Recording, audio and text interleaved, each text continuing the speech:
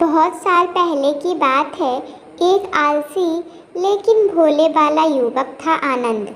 दिन भर कोई काम नहीं करता, बस खाते ही रहता और सोए रहता। घर वाले ने कहा कि चले जाओ, निकलो घर से, कोई काम धाम नहीं करते हो, बस पड़े रहते हो।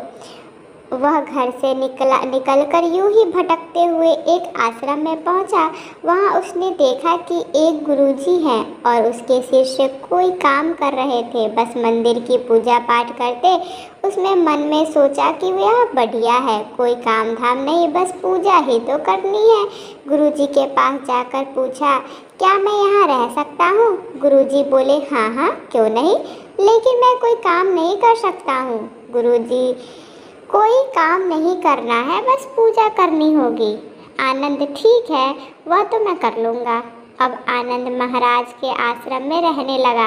ना कोई काम, ना कोई धाम, बस सारा दिन खाते रहो और प्रभु की भक्ति में भजन गाते रहो। महीना भर हो गया। फिर एक दिन आई एकादशी। उसने रसोई में जाकर देखा कि खाने की कोई तैयारी नहीं है। उसने गुरुजी से पूछा, आज खाना क्यों नहीं बना है? क्या आज खाना नहीं बनेगा गुरुजी? गुरुजी ने कहा, नहीं, आज तो एकादशी है, तुम्हारा भी उपवास है। उसने कहा कि नहीं, अगर हमने उपवास कर लिया तो कल का दिन ही नहीं देख पाएंगे। हम नहीं कर सकते उपवास, हमें तो भूख लगती है। आपसे पहले ही कहा था हमने, आपने पहले क्यों नहीं बताया? गुरुजी ने कहा, ठीक है, तुम ना करो उपवास, पर खाना भी तुम्हारे लिए कोई नहीं बनाएगा, तुम खुद बना लो। मरता ना क्या करे, गया रसोई में। गुरु फिर आए, देखो, अगर तुम खाना बना लो तो राम जी को भोग जरूर लगा देना और नदी के उस पार जाकर बना लो रसोई। ठीक है। लकड़ी, आटा, तेल, घी, सब्जी लेकर आनंद महाराज चले गए। जैसे तैसे खाना भी बनाया। खाने लगे तो याद आया कि गुरुजी ने कहा था राम जी को भोग लगाना है। लगा भजन गाने, आओ मेरे राम जी, भोग लगाओ जी, प्रभु राम आइए, श्रीमान आइए, मेरे भोजन को भोग लगाइए। कोई न आया तो वह बेचैन हो गया कि यहाँ तो भूख लग रही है और राम जी आ ही नहीं रहे हैं। भोला मानस जानता था कि प्रभु साक्षात तो आएंगे नहीं, पर गुरुजी की बात मानना जरूरी है। फिर उसने कहा, देखो प्रभु राम जी, मैं समझ गया कि आप क्यों नहीं आ रहे हो। मैंने रूखा सूखा बनाया है और आपको तरमाल खाने की आदत है, इसीलिए नहीं आ रहे हैं। तो सुनो प्रभु, आज वहाँ भी कुछ नहीं बना है, सबका एकादशी है, खाना हो तो यह भोजन ही खा लो। श्रीमान श्री राम जी अपने भक्त की सरलता पर बड़े मुस्कुराए और माता सीता के साथ प्रकट हो गए। भक्त असमंजस में, गुरुजी ने तो कहा था कि राम जी आएंगे, पर यहाँ तो माता सीता भी आई है और मैंने तो भोजन बस दो लोगों की बनाया है। चलो कोई बात नहीं, आज इन्हें खिला देते हैं। बोला, प्रभु मैं भूखा ही रह गया, लेकिन मुझे आप दोनों को खाते देखकर बड़ा अच्छा लग रहा है, लेकिन अगली एकादशी पर ऐसा ना करना, पहले बता देना कितने जन आ रहे हो, और हाँ, थोड़ा जल्दी आ जाना। राम जी उसकी बात पर बड़े मुदित हुए, प्रसाद ग्रहण करके चले गए। अगले एकादशी तक यह भोला मानस सब भूल गया था। उसे लगा कि प्रभु ऐसे ही आते होंगे और प्रसाद ग्रहण करते होंगे। फिर एकादशी आई। गुरुजी ने कहा, मैं चला अपना खाना बनाने। पर गुरुजी, थोड़ी ज़्यादा अनाज लगेगा, वहाँ 2 लोग आते हैं।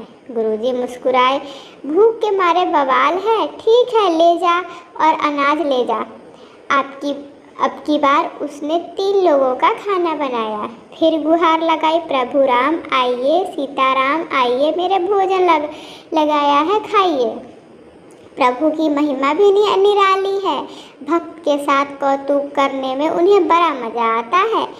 इस बार वे अपने भाई लक्ष्मण, भरत, शत्रुघ्न और हनुमान जी को लेकर आए। भक्त को चक्कर आ गया। यह क्या हुआ, एक का भोजन बनाया तो 2 आ गए, और आज 2 का खाना बनाया, ज़्यादा बनाया तो पूरा खानदान आने लगा। लगता है आज भी भूखा ही रहना पड़ेगा। सबको भोजन लगाया और बैठते बैठे देखता रहा। अनजाने ही उसके सब भी एकादशी हो गई। फिर अगली एकादशी आने से पहले गुरुजी ने कहा, गुरुजी ये आपके प्रभु राम जी अकेले क्यों नहीं आते? हर बार कितने सारे लोग ले आते हैं, इस बार अनाज ज़्यादा देना। गुरुजी को लगा कहीं यह अनाज बेचने तो नहीं लगा है, देखना पड़ेगा जाकर। भंडारे में कहा, इतने ज़्यादा अनाज चाहिए दो, और छुपकर उसे देखने चल पड़े। इस बार आनंद ने सोचा, खाना पहले नहीं बनाऊंगा, पता नहीं कितने लोग आ जाएं। पहले बुला लेता हूँ, फिर बनाता हूँ। फिर टेर लगाई, प्रभु राम जी, श्री राम जी मेरे भोजन को भोग ग्रहण करिए। सारा राम दरबार मौजूद। इस बात पर हनुमान जी भी साथ आए। लेकिन यह क्या, प्रसाद तो तैयार ही नहीं। भक्त ठहरा, भोला भाला। वह बोला, प्रभु इस बार मैंने खाना नहीं बनाया। प्रभु ने पूछा, क्यों? बोला, प्रभु मुझे मिलेगा तो है ना, नहीं तो फिर क्या फायदा? बनाने का आप ही बना लो और खुद ही खा लो। राम जी मुस्कुराइए। सीता माता भी गदगद हो गई उसकी मासूम जवाब से। लक्ष्मण जी बोले, क्या करे प्रभु? प्रभु बोले, भक्त की इच्छा है तो पूरी करनी पड़ेगी, चलो लग जाओ काम से। लक्ष्मण जी लकड़ी उठाई, माता सीता आटा सानने लगी। भक्त एक तरफ बैठकर देखता रहा। माता सीता रसोई बना रही थी। फिर कई ऋषि मुनि व यद गंधर्व प्रसाद लेने आने लगे। इधर गुरुजी ने देखा कि खाना तो बना नहीं, भक्त एक कोने में बैठा है। पूछा, बेटा क्या बात है, खाना क्यों नहीं बनाया? बोला, अच्छा किया गुरुजी आप आ गए, देखिए कितने लोग आते हैं प्रभु के साथ। गुरुजी बोले, मुझे तो कुछ नहीं दिख रहा तुम्हारे और अनाज के सिवा। भक्त ने माथे पकड़ लिया, एक तो इतनी मेहनत करवाते हैं प्रभु, भूखा भी रखते हैं और ऊपर से गुरुजी को दिख भी नहीं रहे, यह तो बड़ी मुसीबत है। प्रभु से कहा, आप गुरुजी को क्यों नहीं दिख रहे? प्रभु बोले, मैं उन्हें ही दिख सकता हूँ। बोले, बाबा वो तो बड़ा भोला था। बोला, क्यों?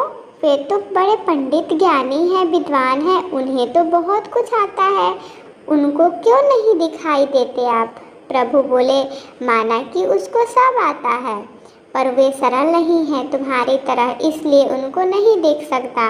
आनंद ने गुरुजी से कहा, गुरुजी प्रभु कह रहे हैं कि आप सरल नहीं हैं, इसीलिए आपको नहीं दिखेंगे। गुरुजी रोने और कहने लगे कि वाकई मैंने सब कुछ पाया पर सरलता नहीं पा सका तुम्हारी तरह, और प्रभु तो मन की सरलता से ही मिलते हैं। प्रभु प्रकट हो गए और गुरुजी को दर्शन दिए। इस तरह एक भक्त के कहने पर प्रभु ने रसोई बनाई।